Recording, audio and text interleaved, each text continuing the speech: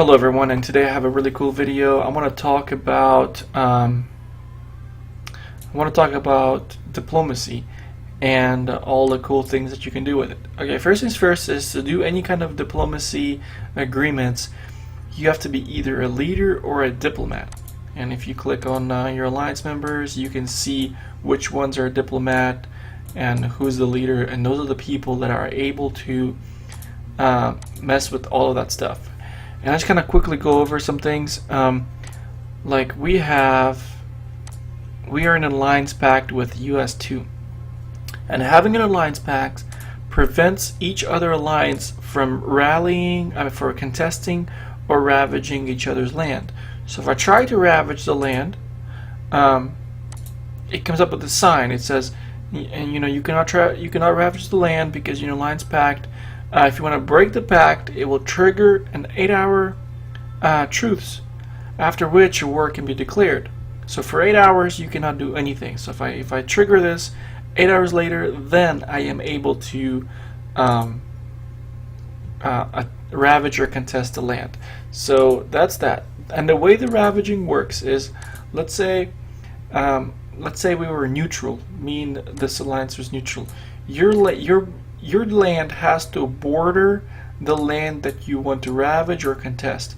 Like, this is my land, I cannot contest this region, I cannot ravage this region because we are not touching it.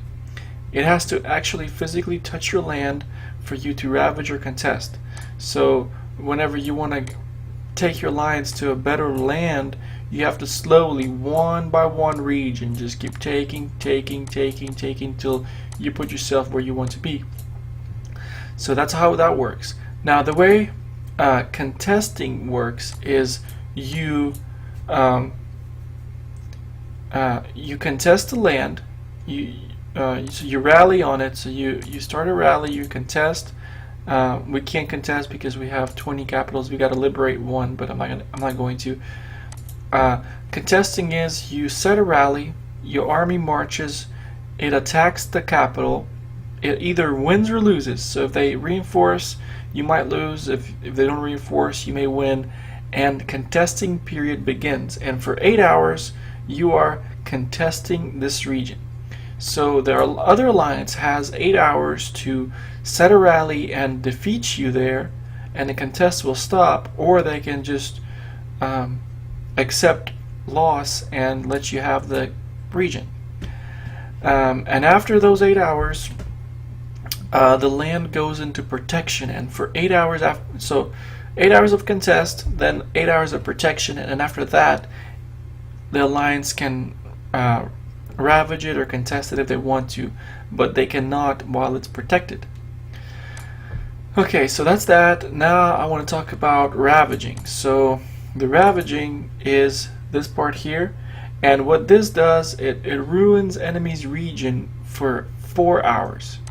So for 4 hours, all of the structures become level 1. So the trading post become level 1, the crafting guild becomes level 1, this thing here, the masons guild, becomes level 1, and also, if there is one, the holy temple, the holy site, and the stables, all of that becomes level 1 whenever a region is devastated or it's been ravaged.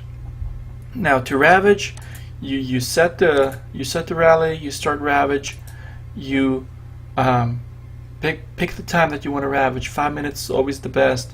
For 5 minutes, you gather a rally, you attack.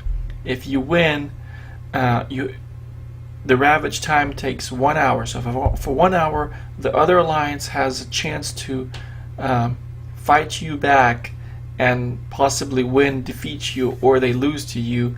But that time is given for 1 hour. So for 1 hour, is a contest period for ravaging, and if you're successful, the region becomes devastated for 4 hours. And after 4 hours, everything goes back to normal.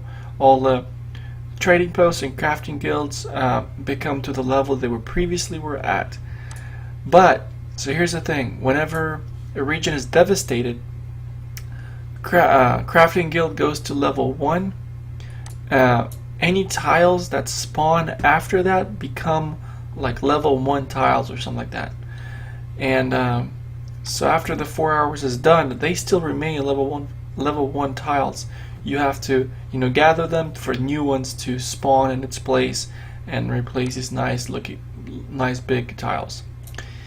Okay, that's took a lot of time from that. Now let's talk about diplomacy, alliance pact, and all that stuff. So having an alliance pact, you're not allowed to ravage or contest any neighboring capitals. So once the alliance pact is broken, the agreement goes into truths, and truths is an 8-hour period where you cannot ravage or contest any region of the other alliance, and it's a time for both alliances to get prepared for war, basically. And after truths, you become neutral, and you can either declare war or you can just remain neutral. And whenever you declare war, anyone in your alliance can ravage or contest. But neutral alliances, it normally takes a war general or a leader to declare war, or I guess a diplomat can do it too. Now for the agreements, vassalage is good, but many alliances don't really like to accept it. So my alliance, your alliance, can attack enemy armies and stop contests on AO4 capitals. So this alliance, if anyone contests any of their land or tries to ravage their land, we can reinforce the capitals and stop the contest. Now we receive 15% of their resources gathered from a world tiles. So all the resources that they gather, we get 15% of it as tax, and this does not affect them in the gathering events. So for a gathering event, you have to gather, I don't know, 7 million resources, and this 15% is not going to affect you. You still gather the same amount. So you have gathered the tile full, you just don't get it in your bank. The other alliance gets 15% of it. And the Vassalage Tax comes in once every 24 hours. So this year we received a little bit of tax from them. It's not very much, it's just a little bit. Sometimes if they gather a lot, it's a big amount, but this alliance is a little small, so they don't gather as much. But the tax is divided into all members of the alliance. So if the more members you have, that's less per member that you get of resources. Now diplomacy, the rest of it, so that's the vassalage. We can receive aid from the members. So whenever I start my troop training or I start any kind of construction, the other alliance sees my name here and they can click help, and it helps me. It takes a little bit of time off from my construction or training time. Now Patronage, this one's really cool because it's free. Like, it doesn't cost anybody anything. Like my alliance has a patronage with US2. We're trying to upgrade their regions, and every 24 hours we send them a donation chest that is absolutely free. It doesn't cost anything. So like if I was in an alliance by myself and I did this with this alliance US2, I would just, my alliance would automatically just, computer does it by itself. It sends a chest to every single member of this alliance every 24 hours, and all of them receive, it's normally something good like a shield or a VIP activation or even march speed. It just kind of depends. Sometimes a little bit of gold, so it's always good to have that. And you can also buy additional chests, but I don't see why would you do it. Chests are really expensive. Okay, so that's that, and we can also upgrade their buildings. So if I go to their territory right quick, so this is US2, I can click on that and see I'm able to upgrade it. Now for the last one, the Union, this is my favorite. The Union, this one, both alliances receive 20% gathering speed in each other's territory. So if I go to US3 and I try to gather resources, I get 20% gathering speed in that land. And also the trading posts of both alliances generate super deals, which is really good. And then both alliances can reinforce each other's capitals. So let's go look at that. So if I go to US 3 all the way south, here they are. I can reinforce their capital. I can send some troops. And for their trading posts, they have these super deals. Has a little symbol here. I'm able to trade, stone for silver at a 31% rate, which is pretty good. Here, silver to food, that's pretty good. Anything here? Silver to stone. I'll do a couple marches. Why not? So that's that. That's all of the diplomacy stuff.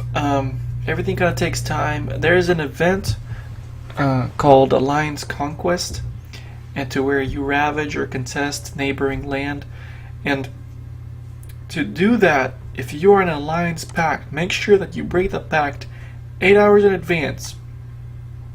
Because for 8 hours, as soon as you break the pact, it goes into truths.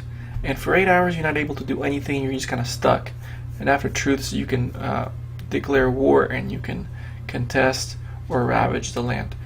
Okay, I'm not trying to make this video too long. Hopefully that kind of helps you out a little bit. Alright, please subscribe, please like, I really appreciate it. Thank you.